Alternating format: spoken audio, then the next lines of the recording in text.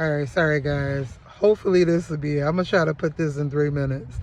But the point of it all is pretty much make a list, look at what you got going on, and look at what you can alter to make sure that you have time and support to be able to accomplish finishing school.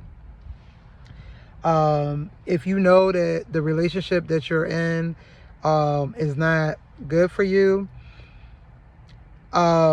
I know it's easier said than done to leave the situation, but I'm going to tell you that I would rather you make that decision now than to get into school and midway felon, because I'm going to tell you again, if I'm talking about one of a bad, draining, toxic relationship, it's going to affect the way you think, the way you want to operate, the time you spend studying. It's going to affect that. You're going to be busy calling that person, hitting that person up, calling repeatedly, having him call repeatedly, you guys doing an arguing.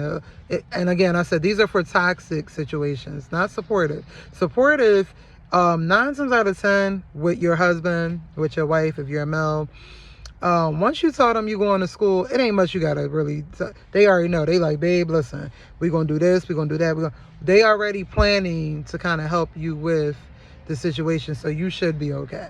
That's why I emphasize a toxic, draining. You know where I'm going with it, guys. You know, I don't think I have to really spell that out, but you know when you're in something like that. And again, like I told you before, I advise you guys to end it before school starts, because it can be very difficult trying to do that afterwards, if that makes sense.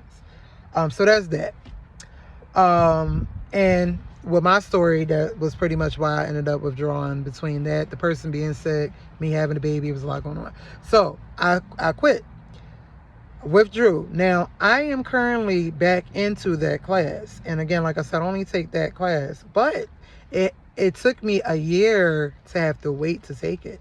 So in that year, you know, discouragement hit me, thinking like, I don't really want to do this. Can I do it? I don't know if I... Another thing that hit was I ended up having to pay out of pocket, which sucks, but you know, you only get a certain amount of financial aid. So I'm here to encourage in that aspect, is to say, when you want something bad enough, you'll make it happen. I may move things around so that I can be able to go back to school. I have picked up shifts I don't necessarily want to work, but because it's going to bring money to my pocket where I can pay my school, I've done it.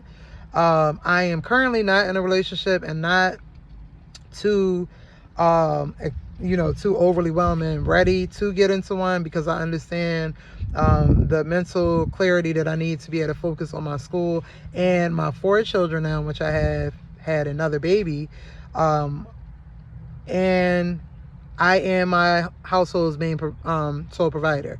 I don't get a lot of support from dads. It's a lot there. Like I told you, I'll share more as I record more. This video was more like an introduction on what I got going on.